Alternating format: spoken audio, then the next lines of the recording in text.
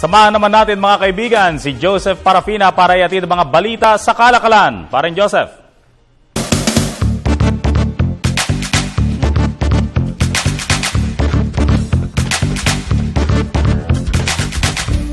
Thank you, George. Sa lahat ng mga balita natin, Pilipinas sa kalakalan. Nanawagan po ngayon si PCOO Secretary Sunny Coloma sa ating mga kababayan na hanggang Abril 15 na po lamang ang pagsusumiti income tax returns. Bigyan din po ng kalihim na mahalaga ang pagbabayad ng buwis dahil po ito niya ang bumubuhay sa ekonomiya ng ating bansa.